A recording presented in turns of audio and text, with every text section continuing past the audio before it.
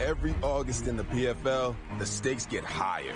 Dakota Ditcheva ready to prove herself. The only playoffs in combat sports. The stakes are so high as they try to punch their ticket to $1 million opportunity. Win and move on to the PFL World Championship. Lose and go home. We've seen it all in the PFL playoffs. Unbelievable knockouts. And jaw-dropping submissions. Oh my God! Wow! We've seen emotional moments. And another championship for Julia! And inspiring ones. These last 15 seconds are going to be wild. We've even seen a knockout with 1 second left. With a prayer, and it's answered! Who will seize the moment this year and take one more step towards a PFL world title and $1 million? This is the PFL playoffs. Welcome, PFL fight fans, to sunny South Florida. We're in Fort Lauderdale, and that is the iconic Seminole Hard Rock Hotel and Casino. The Guitar Hotel playing host to playoff action, lightweights and light heavyweights. Taking center stage, Impa Kasanganay, Josh Silveira, a rematch of last year's championship. Rob Wilkinson, another former champion, looking to take home another belt. He takes on Davletson Yagshinmuradov in the co-main. Here's how our PFL season format works. 10 fighters in each weight class, 6 different weight classes. 2 regular season fights for each fighter, 3 points for wins, bonus points for a finish in any round. The top 4 fighters on points in each division will make the playoffs. $1 million and a beautiful gold belt for the champion in each of our 6 divisions. Sean O'Connell, Randy Couture, Dan Hardy here in South Florida. And Randy, we're in the midpoint of the playoffs. Lightweights and light heavyweights. 2 weeks ago, we had some surprises. Now, 4 fighters move on to a championship belt. Amazing. The layer of the onions on this format just get deeper and deeper, and this is it. Everybody knows what's at stake. It reminds me of the semifinals in NCAA wrestling. The best matches they are because there's so much at stake. Your last opportunity to put yourself in championship position. We have returning champions. We have a lightweight division that will crown a new champion. The stakes are incredibly high, Dan. You know, they are really. And it seems the general consensus across the board is that this is the most difficult out of all the fights because you've got 3 back-to-back. If you get this one won, you can take a breather for a second. You can focus just on the championship, and that's the end of the year. But, of course, everyone's got to win this fight to qualify for that championship. Yeah, very quick turnarounds on the way to these playoffs. Let's take a look at our light heavyweight division, everyone's favorite weight class in worldwide mixed martial arts. Impa Kasanganay, champion a year ago, number 1 seed here in 2024. He takes on Josh Silveira, who are in the 4 seed. That is a rematch of last year's championship. Rob Wilkinson was a champ 2 seasons ago. He's got the newcomer, Davletson Yagshinmuradov, who in his first PFL season has looked incredible. Chilobo Impa Kasanganay, his life certainly changed. His reputation in the game certainly changed after winning last year's PFL championship. But this man is far from satisfied. He's looking to go back-to-back. And Josh Silveira, you talk about an attitude shift. There's no more calm demeanor. This man wants to hurt Impa Kasanganay after it was Impa who killed the dream a season ago. Let's start with Impa Kasanganay. He's got the speed. We've seen the power. Can he go back-to-back? He's got to get through Silveira first. Man, the conditioning is what always impresses me. He doesn't even look like he's breathing hard after some of these fights. Remarkable story. It's like a Disney movie unfolding before your eyes. From the Challenger Series, living in his car, homeless, a Congolese man has come all the way through that to the championship last year. What a great fight with Johnny Eblin in the Champions versus Champions Series. A fight many thought he won. This guy's got amazing hands, great conditioning, and one of the most intelligent people you're ever going to talk to, in my opinion. And his opponent tomorrow night is someone he's already seen, and he saw him last year in the championship bout. Now, that was one-way traffic in Impa's favor. For Josh Silveira, he's got to make the changes. He's got to prove that he's a different fighter than he was last year. Dan, how does he do it? Well, you know, honestly, I feel like he's got all the skills in his game that he needs. It's all about what goes on in his head. He can't allow Impa to set the pace here. Josh Silveira from the outside has got a fantastic kicking game. We didn't see him utilize that very much. When he used his wrestling, he worked really hard for any success that he had, and then Impa was able to scramble back to boxing range and cause him all kinds of issues. Josh has got the skills in every range, but he needs to set the pace himself. This year, he's looked so much better. His conditionings look better. His pressure has looked better. I just feel like that was a revelation last time, that I can't allow my opponent to lead the dance again. So that's an incredible main event. In the co-main event, you see another returning champion. That man right there, Razor Rob Wilkinson on the Redemption Tour. He's searching for a second PFL light heavyweight championship, and more important to him, he wants to be talked about as one of the best light heavyweights in the world. But Davletsan Yakshimuradov looks to pull off the surprise. This man has a well-rounded skill set, completely unpredictable at 205 pounds. Let's talk about Rob Wilkinson. This guy, he's got power in his hands. He came from a grappling background. No holes in the game, Randy. But is he all the way back to championship form? Well, I think we have. We've seen him this season get right back on the same track that we saw him in 2022. Here's a guy that moved up from 185. Looks a lot more sound at 205 here. On a tear in 2022 with 4 finishes, 3 of those in the first round. His long-range weapons are on display. His striking is amazing. And here's a guy with 10 submissions. To his credit, most would think he's a grappler on paper. But he's a very, very well-rounded fighter and very dangerous in any position. And looks to be on track to be a repeat performer here in the Smart Cage. Well, we spoke to Dovlet, and he said, look, Rob Wilkinson's a great fighter, but I'm better, and I'm better everywhere. Is it true? You know, it may well be true, but the difference is Rob Wilkinson is the bully of this division. Even against someone who's more technical, Wilkinson can overwhelm them with aggression. But the difference here is Yakshimuradov can match him with that aggression, but he's also got the technical abilities. He's got beautiful punches on the inside, uppercuts and hooks. On the outside, you can see his kicking game, low kicks, spinning back kicks, and of course he can wrestle, that's no doubt about it. In every single range where Wilkinson might try and bully him, he's going to have a skill set to be able to contend. I think it's a really interesting test for Wilkinson. At 205 in that co-main event, the champ from 2 years ago looking to earn his spot, and Davletsan trying to spoil the party on a returning champion. Now let's talk about the lightweight division. It's been really fascinating this year at 155 pounds. Brent Primus, longtime Bellator veteran, he earns the #1 seed in his first PFL season. Cassius Clay Collard, a staple of this PFL stable, he's in at the #4 spot. Gaji Rabadnov has been on an absolute tear, and he will take on the French-Canadian Mikhail Dufour in the 2 versus 3 matchup. Gaji Rabadnov is on a win streak. Methodical. He's been grinding out these victories.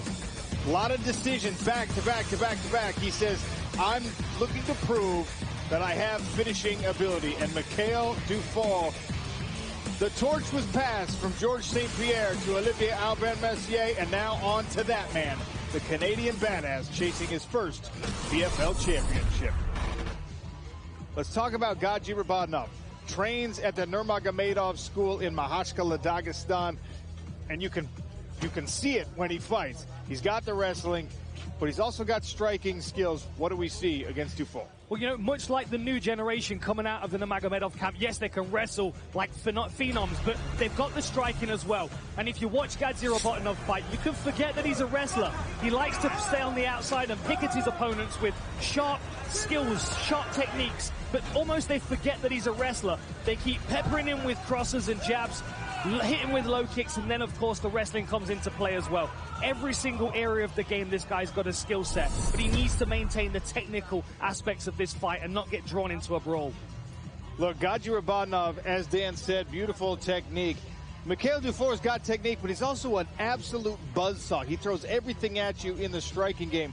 Can he keep this on his feet? Well, and that seems like where he'd want to keep this. He's got 7 submission skills, or submissions to his victories, to his record. He's a very well-rounded fighter, and he is the pride of Canada now that Aubin Mercier has retired. He's not afraid to step in the pocket, let his hands go. It's not always flashy or pretty, but he gets the job done. His aggression is on point. His submission and ground skills are great. If he gets you there, you're going to have a problem. So he's got to put this fight exactly where he wants it and control the dance. On the other side of the bracket in the 1 versus 4 matchup, classic tale. Striker versus grappler. That's the grappler right there. Brent Primus, huge in this this lightweight division. A massive physical specimen. He'll take you down and make your life miserable.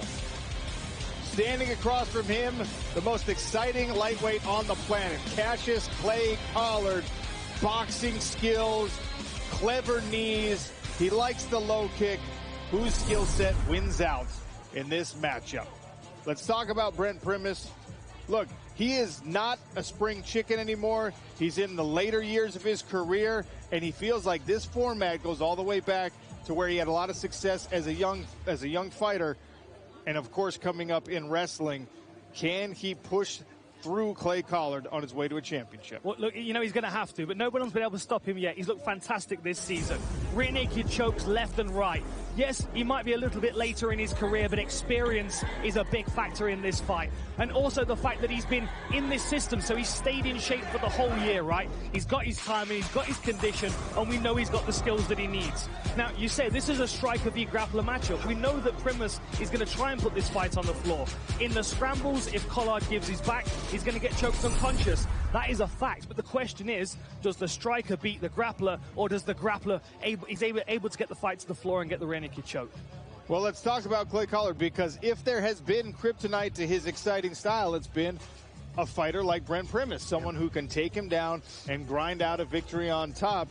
What's the key for Cassius Clay? I mean, we saw in last year's final against Aubin Mercier. He was a backpack, a Canadian backpack for most of the fight. This guy's striking is remarkable. He has 9 boxing matches that he's had victories in and derailed a lot of top prospects. But he started wrestling at 6 years old as well. Wrestled in Idaho, out of Burley. He's a very, very well-rounded fighter. He said he hadn't put his gloves on for this entire camp. He's been working on his wrestling. Maybe a boring fight, but he's willing to endure the boos to get that win and get into the finals. Collard still seeking his first PFL championship after many seasons. Primus, he's new to the PFL after the Bellator acquisition, but man, he's right on the cusp at that #1 seed. Let's take a look at the whole main card. We told you about all of our playoff fights. Also, the grandson of Muhammad Ali, Biagio Ali Walsh, in a catchweight showcase bout against Brian Stapleton to open things on ESPN. You can see the red corner favorites here, Wilkinson and Yagshimuradov. According to the odds makers, the closest fight, also Primus and Collard in that same neighborhood. We open the action exclusively on ESPN Plus. 6:30 Eastern will be your first fight with this early card. Michelle Montague, still undefeated, taking on Marias, who came all the way out of Brazil. Danny Sabatello, the Bellator veteran, against Lazaro Dayron in a feature bout. All right, the stage is set. One more order of business. We got to get everybody officially weighed in. We're here for the weigh-ins. Let's get them on the scale. Garrett Fertig, over to you. Thank you, Sean. The fighters are ready to weigh in. And to help us do so, please welcome our president of fighter operations, Ray Sefo.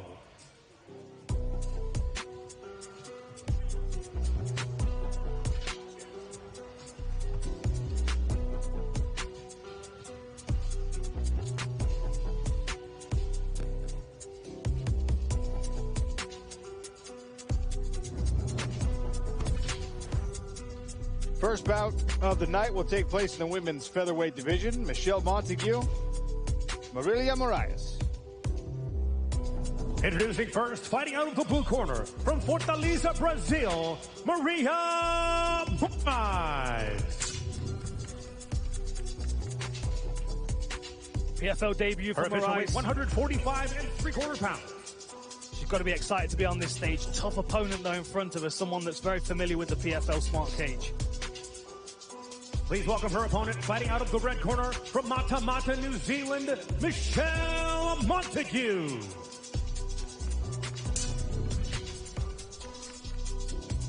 Wants to be training at ATT as well, Randy, just down the road. Yeah, no stranger to the smart cage. It's been in the Challenger Series and some showcase bouts. It's been a very, very solid performer. And a consistent rear naked choker as well. Yeah. I mean, her skills are undeniable. Take down, take the back, strangle. A multi-time Muay Thai and kickboxing champ versus a strangler on the ground.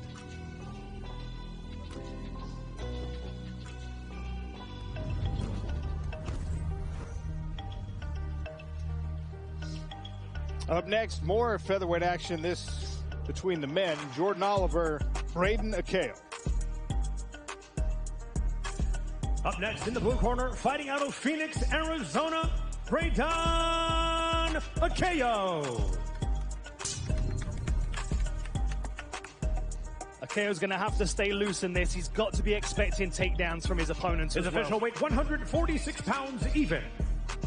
You know, the strong wrestling brought to the smart cage by Oliver is going to be his first test to deal with in the first round. Akeo's no slouch, a three-time high school state wrestling champion in Hawaii. Pennsylvania, it's definitely going to be tested in this match. Oliver. Four-time Big 12 champion at Oklahoma State. Four-time NCAA All-American. 45. Two-time Division I national champion in Jordan Oliver. This is going to be interesting, this one. I mean, if you're a wrestler, Randy, that's the ideal body to take down someone taller and skinnier, right? Absolutely. But he thinks that maybe that's a disadvantage being shorter, but you can make that stature work for you in every situation. Any good wrestlers come out of Oklahoma State, Randy? I don't know any. Up next, welterweight action. Thad Jean and Chris Brown. First up in the blue corner, he fights out of Houston, Texas, Chris Brown. We saw Chris Brown in the Challenger Series. He is a wild fighter. Loose in his style, throwing big left hands over the top. 170 and 1/2 pounds. You know, this is really going to be about staying unorthodox against someone who's very, very technical in Thad Jean. And his opponent fighting out of the red corner from Broward County, Florida, Thad Jean. That's another one of those athletes that came through our Challenger Series. Has been very, very impressive in some of his showcase bouts. He's coming off of a very impressive KO against Romain Debian in the showcase bout this season. Slick, smooth, be interesting to see how he deals with the crazy style of his opponent. Exactly that, and half the experience as well of his opponent, you know. Chris Brown's going to be leaning into that experience. I would be thinking to try and drag it into the later rounds if I was him, but we know these guys are both fast workers. Look how giant Thad Jean is as a welterweight. He's enormous. I think Chris Brown's just had the same thought.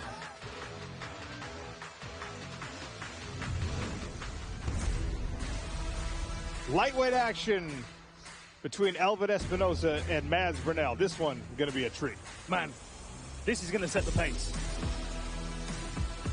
Yeah, both these guys have ridiculous stats. They go hard, they get after it, they're well-rounded. Now, Mads is one of my favorite fighters to watch. You know, one of the very few fighters that has got the Philly shell style of boxing to work in mixed martial arts. 155 pounds. That Greco-Roman background in Scandinavia. He was a very, very good Greco-Roman wrestler. He's translated that. Of all the wrestling styles, that's one, in my opinion, that translates directly to fighting because of the upright posture. And now, his opponent fighting out of the red corner from Miami, Florida, Elvin Espinosa. Very curious to see how Elvin Espinosa reacts to and recovers from the first professional loss of his mixed martial arts career. 156 pounds. Which came back in June at the hands of Gaji Rabanov, who you will see in our lightweight playoffs. This just feels like a treat for the MMA fans for me, this one. Both of these guys are like thunder and lightning, exciting kind of fighters. They're both going to throw down, take big risks. I expect absolute chaos from this one. A bantamweight showcase feature. Danny Sabatello, Lazaro De Ron. First up in the blue corner from Cuba, he fights out of Miami, Florida, Lazaro De Ron. Cuban national team wrestler. The Cubans have a very, very strong wrestling program, as someone who's wrestled in Cuba a couple of times. They are in the Pacific Hemisphere. That is the team to beat in many occasions. His official weight, 135 3/4 pounds. And this is a great opportunity for him as well, given the fact that he's fighting someone so well known in Sabatello and so well known for his wrestling and grappling as well. And now his opponent in the red corner, he fights out of Chicago, Illinois, Danny Sabatello. Sabatello is going to hang back on the outside. He's going to stab with that rear kick, but ultimately he's going to try and get the fight to the floor where his submission game comes into play. 135 1/2 pounds. Another guy with a strong wrestling background, wrestled at Purdue University, qualified for the NCAA championships 3 times. A little spice in this face-off here, right in one another's faces. I love it. Ray Seppo is going to have to start putting people down in a minute. Boys, you don't want to tangle with that guy. 135 is no problem for Ray Seppo. Yeah. He'll be fine. Catchweight bouts up next to open our main card. Diageo Ali Walsh and Brian Stapleton. First in the blue corner, hailing from Gulf Breeze, Florida, Brian Stapleton. Stapleton making his PFL debut as well as his professional debut. You can see his amateur record there, 4-4. He's an exciting fighter, throws heavy volume strikes. His official weight, 160 1/2 pounds. Great opportunity as well to beat someone with such a name. Missed weight, but got the fight on short notice. A little more forgivable given the circumstances. For sure. And his opponent in the red corner, fighting out of Las Vegas, Nevada, Diageo Ali Walsh. This young man is a joy to have in the gym. He's an absolute workhorse, no ego. Wrestled a little in high school, was a college football player, found MMA after college football when he was on the down and out, and MMA has literally got him back on track. His hands are as impressive as anybody we've seen.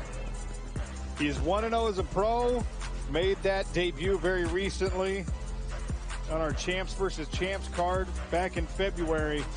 Diageo Ali Walsh looking to make it 2 pro wins. Now to our PFL playoff semifinal bouts. This one at lightweight. The number 1 versus number 4. Brent Primus, Clay Collard. Introducing first in the blue corner, fighting out of Rupert, Idaho, by way of Lehigh, Utah, Clay Collard. One of the most entertaining fighters on the entire PFL roster, in my opinion, Clay Collard. You can tell how he's altered his boxing style to suit mixed martial arts. Collard's official weight, 155 1/2 pounds. It's going to be all about takedown defense, though, Randy, right? Yeah, I mean, he says he hasn't put his gloves on for most of this camp, that he's been working on that wrestling. And the times that he's had trouble, his guys that took him down and smothered him and made it difficult for him to get back up where he's strong. And fighting out of the red corner, he fights out of Portland, by way of Eugene, Oregon, Brent Primus. Such a strong grappler, Brent Primus. Even with the short-range power that he catches people, like he did with Renfro, popped him on the chin, chased him down, took his back. Beautiful rear naked chokes from a variety of different positions. Striker v grappler to the highest of orders. The Bellator lightweight title holder losing to Michael Chandler. Someone needs to tell Brent Primus you're not supposed to bring light heavyweight arms to a lightweight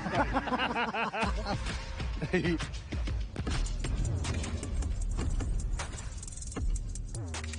Our other lightweight semifinal, Gaji Rabadnov, Mikhail Dufault. We introduce first the blue corner from Montreal, Quebec, Canada, Mikhail Dufault.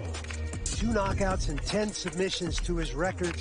Very, very good on the ground. He needs to get this fight there. No small feat against the Dagestani. He's a scrappy guy, gets in the pocket, lets his hands and feet go. 155 3/4 Needs to kind of make this fight ugly and discombobulate his opponent. And he just cleaned the scales with a dude wipe. Oh, man. And his opponent in the red corner, fighting out of Dagestan, Russia, Gaji Rubatanov. A dangerous fighter in every range, supremely technical, will stay on the outside and pick you apart and then make you forget how good his wrestling is, then shooting and take you down.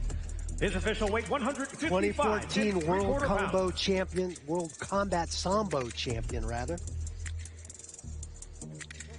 Asked in the fighter meetings, how many combat sambo matches have you had? And he laughed and said, I have no idea. There's too many to count.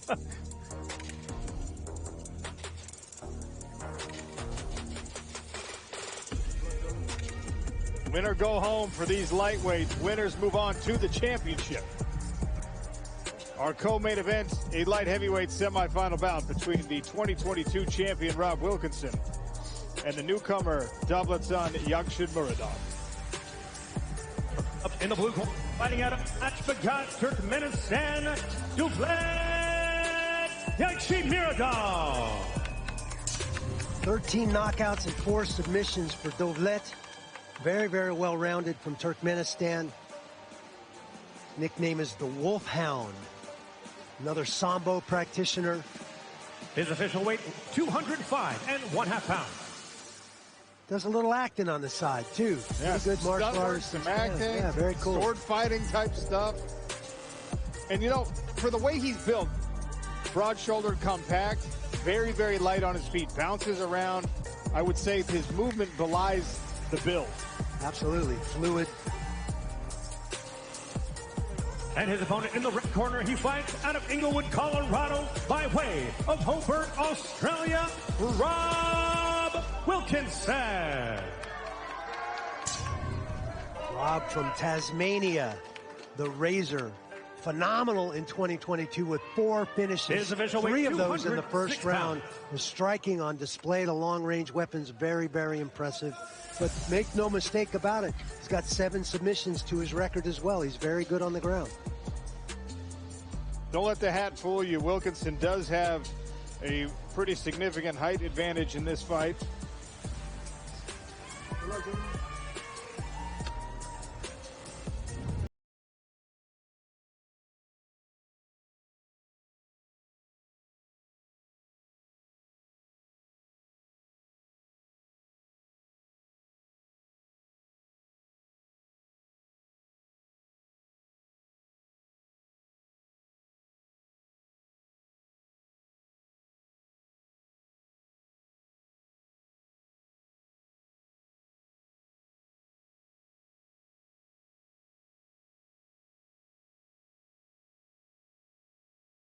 Randy, so you see on the tail of the tape there, Davletson Yagshimuradov is the smaller guy. He's shorter, gives up some reach on both the arms and the legs. They weighed the same, but I think he's the faster fighter here. What's the key for him? Yeah, I think he's got to close the distance, take away those long-range weapons of Rob Wilkinson that he makes so many people pay for. Use his wrestling, tie him up as much as he can, put him on the ground whenever he can, and float over him and smother him. We'll send it over to Dan Hardy, who's got Davlet. Thanks, guys. You're the new face in the division, my friend. Everyone's paying attention to you. What do you make of this next fight, of this opponent, and how do you beat him? Ты один из самых новых людей, которых любимчики в этом дивизионе. Что ты думаешь про своего оппонента и как ты подходишь к этому бою? Ну, спасибо, во-первых, что любимчик. А во-вторых, как подхожу? Как обычно, серьезно отношусь к этому бою. Оппонент тоже относится серьезно. Ну все, мы все спортсмены, и в таком уровне все серьезные оппоненты. Вот и все. I would like to thank all the fans. I feel your support, guys. Thank you. I think Rob is a very serious opponent. He has a lot of challenges, and I think it's going to be a great matchup. But, you know, we're going to show a banger tomorrow. I'm looking forward to it, my friend. Good luck. We'll see you tomorrow. Back to you guys. So Davletson Yagshimuradov, like Dan said, the new face, and we've seen all these other guys in the playoffs before, even in championship opportunities or championship wins before. Davlet may be the dark horse, but Rob Wilkinson looking to go for a second championship, Randy. Is it a grappling proposition for Rob in this fight against Dovlet? How does he get it done? Gosh, I think Rob's got to go out and do what Rob does. He uses those long levers so well. The punching and the kicking is on point. And once he gets you hurt, he closes and finds that distance to really make you pay. And this may be a striking battle. It'll be very interesting to see who influences and has their way tomorrow night. Razor Rob is with Dan Hardy. Thanks, guys. So, Rob, talk to me about this opponent, because he's a new face in the division. He's got a lot of skills in different areas of the game, but you seem to just be able to cut through that with pure aggression and will. How do you deal with this guy? Yeah, he's a good fighter, man. He's exciting. He's got good hands, but I believe when I'm at my best, I can beat anyone at light heavyweight in the world, and that's what I want to show tomorrow night. And what do you think he's going to expect from you? Do you think he's got a game plan as to how best to beat you, and how do you counter that? I'm sure he does. This is the 4th time I fought someone from ATT, so I'm sure they know me pretty well by now. Good luck, my friend. It's good to see you back. Back to you guys. That means one more order of business. Our main event, also in the light heavyweight division. It'll be Impa Kasanganay, last year's 205-pound PFL champion, against Josh Silveira. This a rematch of last year's title bout. In the blue corner, he fights out of Coconut Creek, Florida, Josh Silveira. Randy, Josh has always had the skill. We knew that about him. The attitude difference, talking to him, it's night and day. Yeah. The way that this guy is approaching a semifinal against him. Said he's done being the nice guy, done being friendly to everybody. This is war. This is time to fight. And I mean, we can be friends later, but I'm going out to hurt you. A completely different mindset change. And now his opponent, fighting out of the red corner from Deerfield, Florida, Impa Kasanganay. Everything lately has been coming up Impa since that victory. I mean, he's got the Celsius chain on. He's got to take that thing off before he gets on the scale. That's like 3 pounds by itself. It's got to be, yeah. Got the cowboy hat. He's built a brand around himself. One of the great stories in mixed martial arts, but he is not yet satisfied. 203. No, he has more to prove in his mind.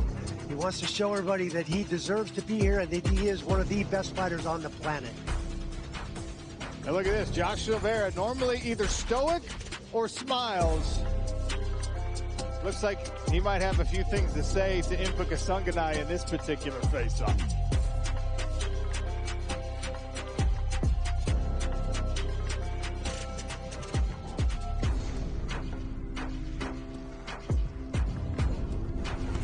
Tail of the tape for your main event, Impa Kasanganay, 30 years of age.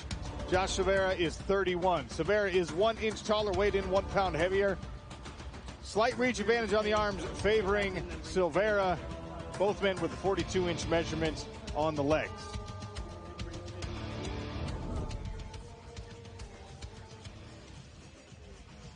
Randy, it really was fascinating to see the mental difference with Josh Silveira. A lot of intensity, not only in talking to us, but in the way that he's been training in camp. You hear down at ATT, he's just been a different animal. Yeah, and I thought it might have surprised his father, Conan, that was sitting there as he was saying all this to us. And then we listened to Conan talk, and it was exactly the same rhetoric. And you knew exactly where that motivation come from. It's time to stop being nice and friendly. It's time to get down to it. And that's exactly Josh's attitude.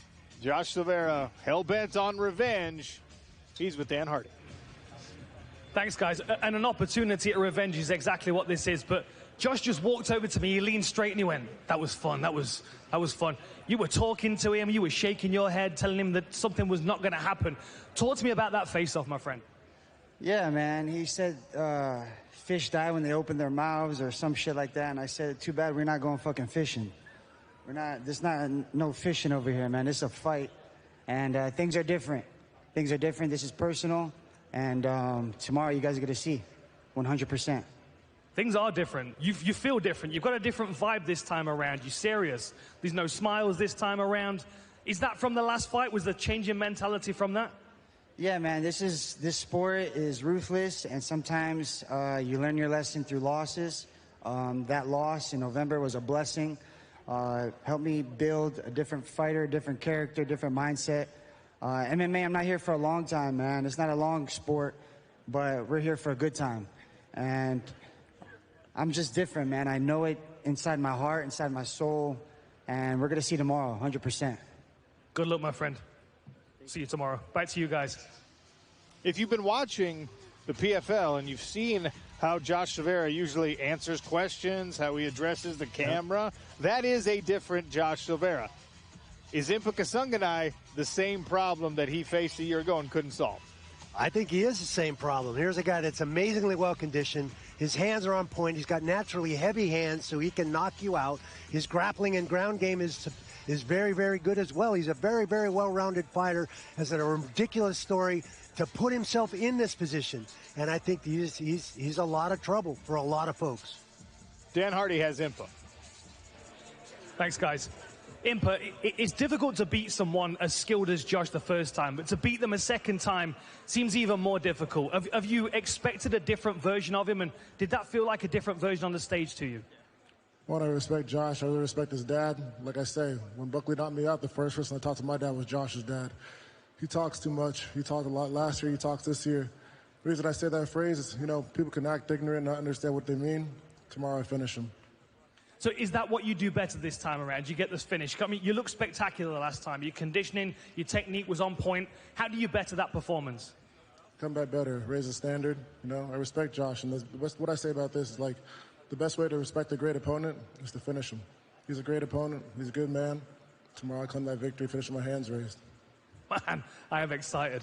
Good luck, my friend. We'll see you tomorrow. Back to you guys. Randy, is that the best way to show respect to a good fighter? You finish him? Yeah, I think it is. Sounds like it makes sense to me. Everybody's weighed in. That order of business is taken care of. So make sure you are with us tomorrow, 6:30 Eastern on ESPN Plus will be our first fight. Our main card will begin at 9 Eastern. We'll simulcast it on ESPN Plus and, of course, also on ESPN. Light heavyweights and lightweights. Winners move on to the championship and chase $1 million. For losers, you hit the reset button, you go back to the drawing board. Join us for playoff action tomorrow night.